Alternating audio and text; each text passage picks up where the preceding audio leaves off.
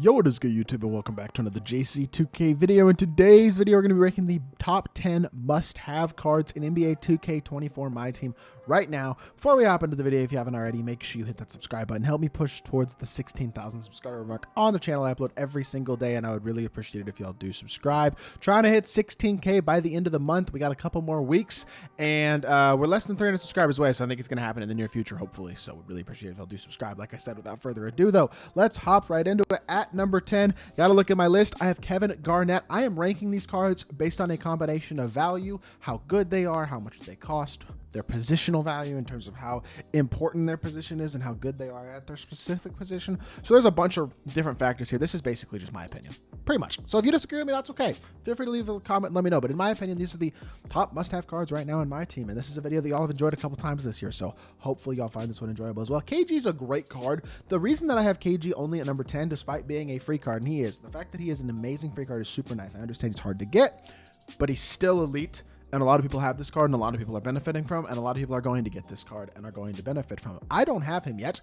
I'm not sure I'm going to get him, to be honest. I have a lot more grinding to do if I want to get this KG card. Honestly, I don't think I'm going to do it.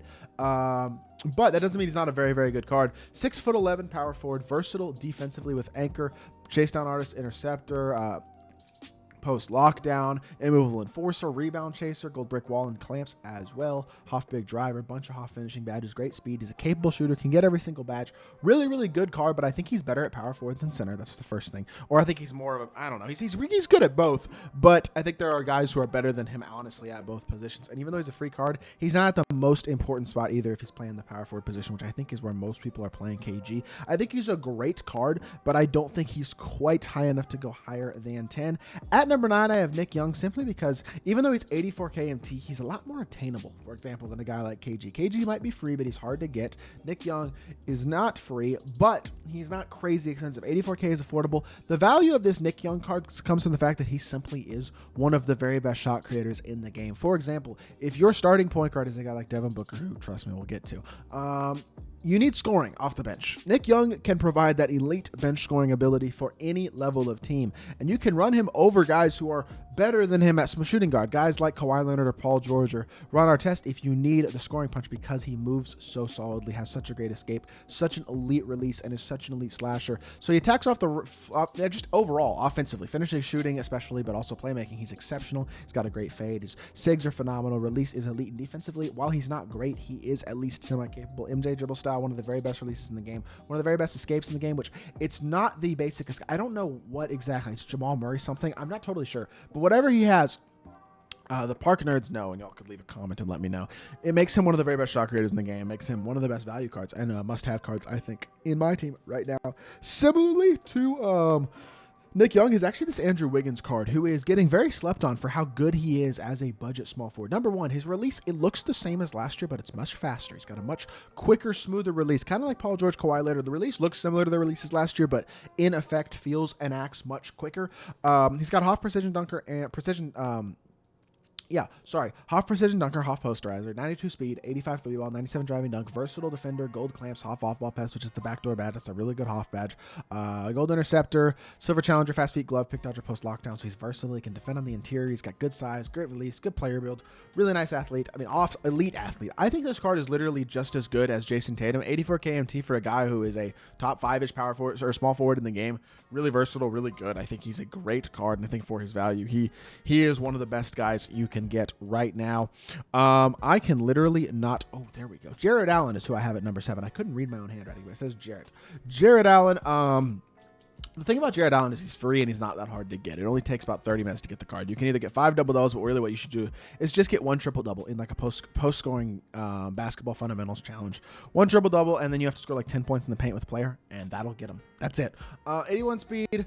I understand he's not the greatest three-point shooter, but add catch and shoot, add a three-point shoe. Maybe your coach boosts 3-ball. You can get that up into the high 60s with three-point shoe. That's the same that Kareem has. That's what Ruby Giannis had at the beginning of the year, who people were shooting consistently with. Mid-60s 3-ball is very, very hittable, especially with a couple shooting badges, especially if you get that catch and shoot on him. If y'all watch my gameplay that I did with this card earlier today, you'll see that I knocked down multiple shots with him. He is a confident shooter. He's an elite defender. He's also got Hoff, a movable enforcer, in addition to the anchor of the post lockdown. So he's a really good defensive card. He's a great finisher, but he does does need catch and shoot Claymore, bailout, break starter. You probably want to add those 4. Could also consider something like corner specialist as a 5th or a pick dodger or something like that if you want to. I think he had actually only have 4 badge slots, but defensively he's great. He's super athletic, so he's a great inside with the ability to stretch the floor, and the afro makes him look significantly bigger than 6'11", and the 7'5" wingspan works a lot as well. I mean, in my gameplay, he pretty much outplayed Wilton Shackler. I think he's an absolute dog. I think he's really, really good. And I highly recommend this Jared Allen card. And considering he's free, I think he does deserve a spot pretty high on this list. Shai Gilgeous-Alexander is top 6 for me. Another guy who was very hard to grind. You can't even get this card anymore, the Season 2 Ultimate Reward, but he's still the 2nd best point guard in the game.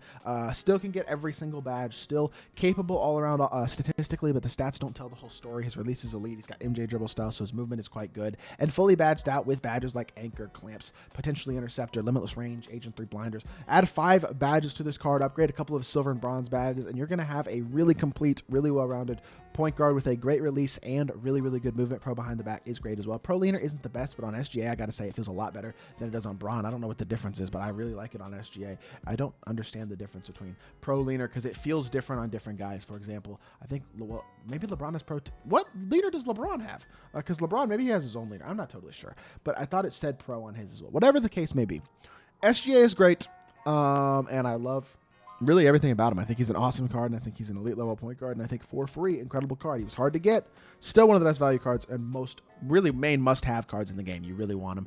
I have Giannis at number 5. Honestly, this goes for both Giannis's. But I'm just going to use the diamond because the diamond is the one that I think more people have. I think less people locked in for the pink diamond. The diamond is the one that mainly people got a couple months ago and had for a couple months because he, has been out for almost 2 months now.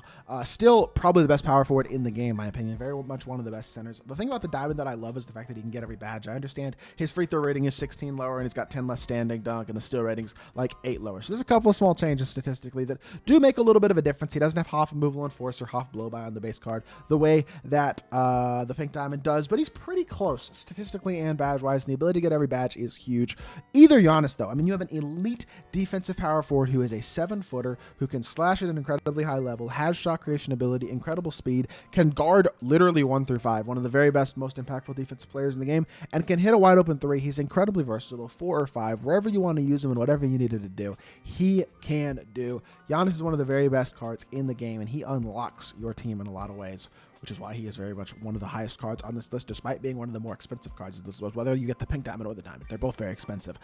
David Robinson comes in at number 4, only 183,000 MT for, in my opinion, the best center in my team. 7'1", 7'5" wingspan, good speed, great shooter, really good release, one of the better releases of any big in the game. Great elite defender as well, super versatile, half anchor, removable enforcer, brick wall, pogo stick, post lockdown, and rebound chaser. He's got the finishing batters on the interior offensively as well. Like I said, stretches the floor quite well. With a ball handle shoe, and Mike D'Antoni can even shot create, which is really nice, can get a timing burst ability. So as a whole, David Robinson, absolutely elite card at the center position, the best center in my team right now, and the fact that you can get him for only 183 KMT is the reason that he is so high on this list, because I think he is pretty much a must-have for that price. And then the top 3 is going to include a couple of free cards and one other guy who I think y'all know who's coming, but regardless, Jimmy Butler's at number 3. Jimmy is the level 40 reward for this season, who is the easiest of the 3 rewards, I would say, to grind between Hakeem, KG, and Jimmy. 92 speed, 85 3-ball, 90 driving dunk, defensively incredible, all-around defender, super duper good. Can get every single badge, at least the Pro Pass version can. The regular one is good too, but if you can get the Pro Pass one, it's really nice because you can get every badge, so you can add anchor, brick wall, limitless range, agent 3 blinders, things of that nature, and really soup up Jimmy Butler to his full potential. Because when you can get him fully souped, he is maybe, the best shooting guard in the game outside of Kobe. I think it's him and Kawhi, and then Ron Artest slightly below. He's so physical. He can shot create at a very high level. His movement is actually very good. He's a very capable shooter as well, with a pretty darn good release. Very solid slasher. Normal leaner is quite good. And he's an elite defender. One of the best two-way cards in the entire game, and you can get him for free. I think Jimmy is an absolutely incredible level 40. Better level 40, honestly, than Kyrie was in Season 1. I truly believe that. Season 2 level 40 was Wilt, honestly. This is the first time, I'll give 2K credit, I think this is the best level 40 we've had in Season 3 in a very long time. The last couple of years, it was Trae Young and AI. They were terrible. Jimmy this year's level 40 is a much, much better free reward. 7 foot, 7'3" wingspan for Hakeem. He has a really nice release, which is one of my favorite things about Hakeem. And honestly, the other thing is he plays the center position or the power forward position, but mainly the center position, and he's free. It's a more important position than Jimmy, who plays shooting guard, small forward. There's just more elite options at shooting guard, small forward in my team than there are at the center position.